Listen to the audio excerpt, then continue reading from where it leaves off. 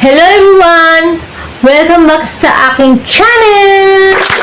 Ayan, andito na naman po ang inyong tariray na lingkod. Okay guys, may basic tutorial naman tayo na isi-share ngayong araw. Okay, ito guys yung kung gusto mong mag-Facebook, ayan, pero ay mo ipaalam sa friends mo na online ka. Yan ang ating tatalakayin ngayong araw. Yan ang ituturo ko sa inyo. At sana, sundan mo to hanggang dulo para malaman mo step by step kung paano natin to gagawin. Ayan guys. So, bago na nga tayo mag-umpisa guys, siguraduhin yung nakasubscribe sa aking channel. At syempre, like mo na rin at hits mo yung notification bell para lagi ka updated sa tuwing may bago akong upload. Mag-umpisa na tayo. Let's start! So, ayan guys, nandito na tayo sa aking screen. Unang-una natin gagawin guys, punta tayo kay Facebook. Click lang natin. Ayan, so, kung gusto niyo mag-Facebook pero ayun yung ipaalam sa inyo mga friends na online kayo. Ito guys, sundan lang natin ang proseso. Then, itong 3 lines dito guys, kung nakikita nyo sa kanan, pindutin lang natin. Then, setting and privacy. Tapos, setting ulit.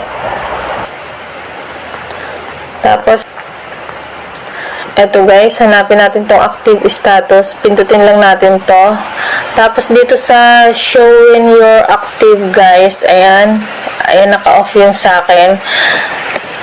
Basta lagi yung i-off guys. Kasi pagka pinindot natin to, ayan ang lalabas. May blue siya. Ayan, kulay asul siya. So, kailangan lagi siyang naka-off guys. Ganyan. Pindutin lang ang turn off. Ayan. So, back tayo.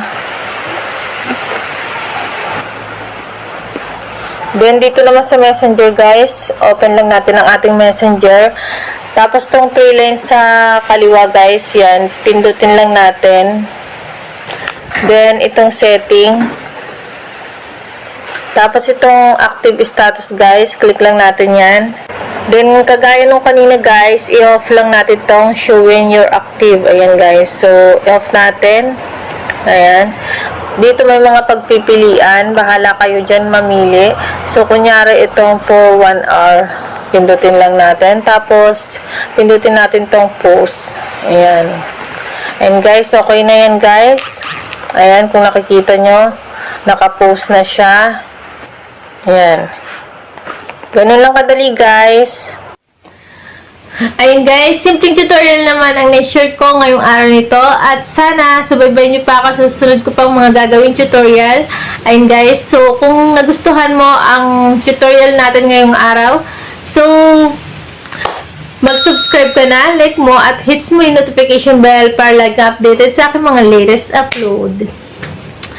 Okay guys, thank you for watching at kung may katanungan ka man about this video, basta related sa ating topic today, ayan guys, paki-comment nyo lang yun dyan sa baba. And kung magagawa natin ng content, gagawa natin ng content yung mga na-comment nyo para naman ma-share din natin sa mga baguhan. Ayan, small YouTuber kagaya ko and sa mga small YouTuber pa dyan.